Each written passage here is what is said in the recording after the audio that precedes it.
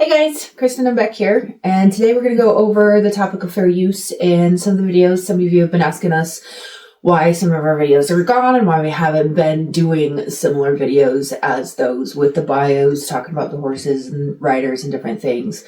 And in reality, it all comes down to fair use and the fact that content creators right now, especially, we're going to talk about more so on the side of like what we talk about with the bios, as well as the horse welfare, because they were a little bit separate and different things at different times. But right now, there's not a whole lot of protection for us. There's not a whole lot of like everything falling into fair use is the way that we understand fair use, and it should. And with other creators as well. Yeah, so we've seen at first we thought it was just us, where the person, the writer, basically, would reach out and say, hey, this isn't fair use. And we thought or understood that originally that YouTube and Facebook and all these things that we were protected, under the law.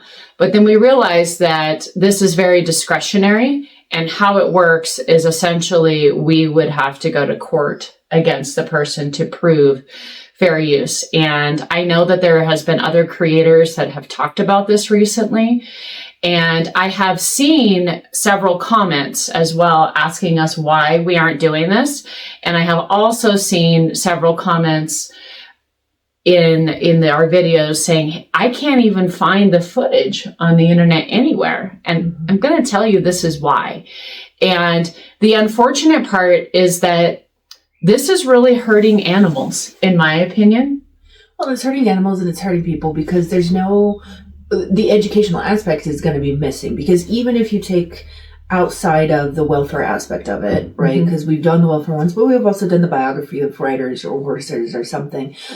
We're teaching about something or this commentary. And I'm going to detour for a moment though. So for those of you who are unaware or don't know, fair use is a policy. So we can take video footage, photos and different things and use them in educational manners and different stuff. And commentary, we edit over it and different things. It allows people, and has in the past anyways, allowed people to use footage that others have had and posted up where we can do talking over it. Think about your commentating of previous sports events, particularly football is a big one, but baseball, different things where it's after the fact. It's not live commentary where the person's there going over it at the same time, but it's after the fact. It's very similar to that, but people have been running into roadblocks and hurdles and stuff with this, with not just the horses, but with other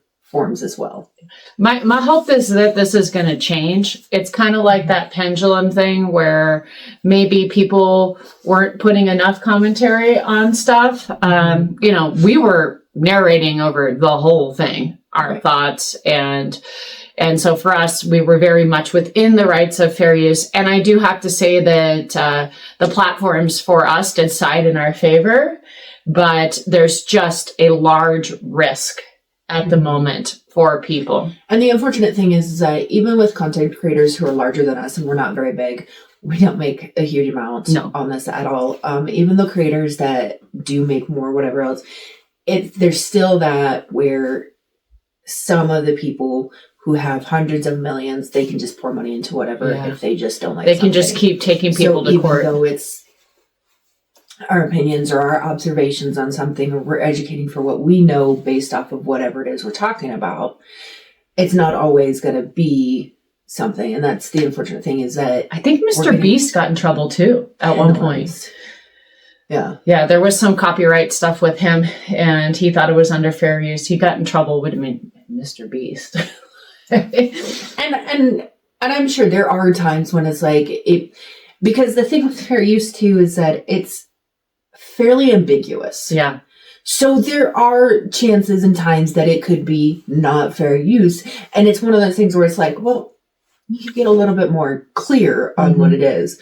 But there's the fair use and the copyright. Now, some of the stuff that we have and everything, because especially when it comes to photos, that could be a little bit easier just because you can get the rights to it a little bit differently than video footage and all. But again, in the fair use, educational commentating over it, doing some sort of editing where it changes it enough to, and it has a purpose, right? So think about like, I'll just throw it out there, Weird Al Yankovic and all, most of us know Weird Al and his parodies and everything else. Now there's a little bit of a difference to it because he's doing the full song and everything, but parodies go into that fair use as well.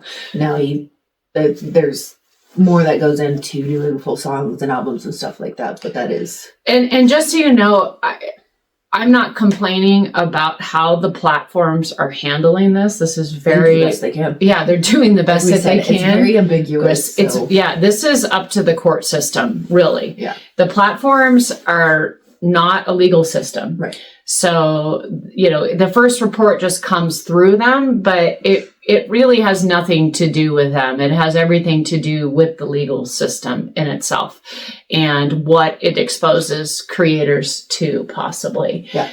And, any advice for creators out there, make sure that you set things up legally, which we have, you get insurance, you do all of these things because with best intentions. You have social media and content creator insurance. Yeah. And the protection with that is among many things, but, if somebody goes after you for defamation, slander, what's that other one? I forget my words. Defamation of character. Yeah. Defamation or slander. If somebody thinks that you stole their work or something, plagiarism. Yeah, plagiarism. Yeah, copyright infringement.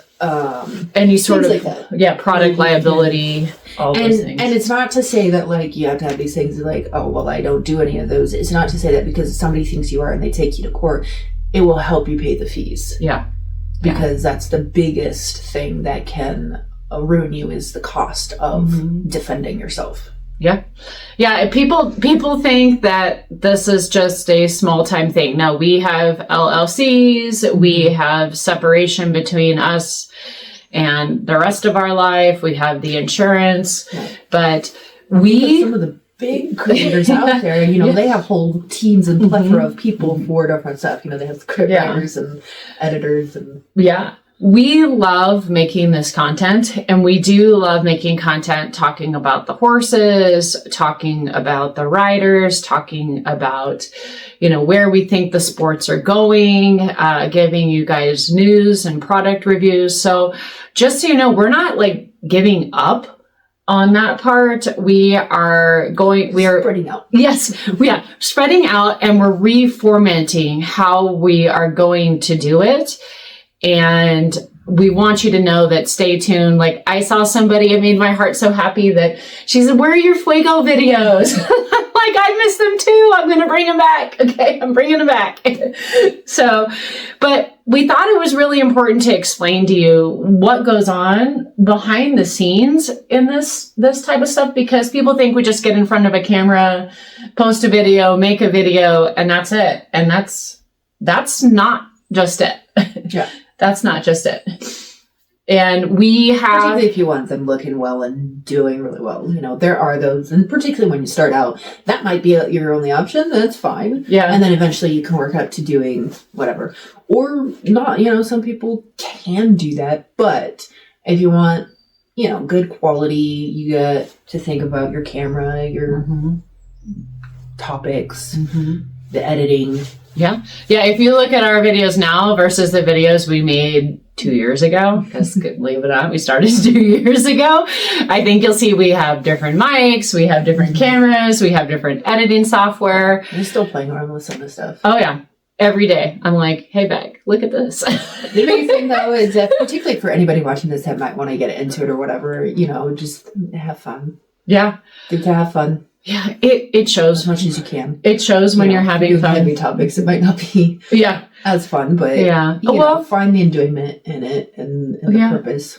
And I have to say too, along those lines, when we're reporting the stuff about the animal abuse and things going on, it's hard on us. It's hard on me mentally sometimes to make this stuff and to think that this is the way horses are treated. Goes into it. And because you have to read about whatever it is, and then you have to find, the way to address it without giving too much. Yeah.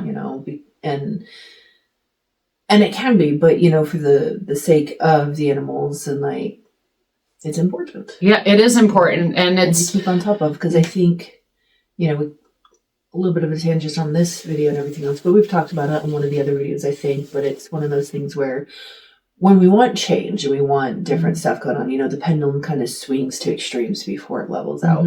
Yeah. And I think that's what's happening too in YouTube.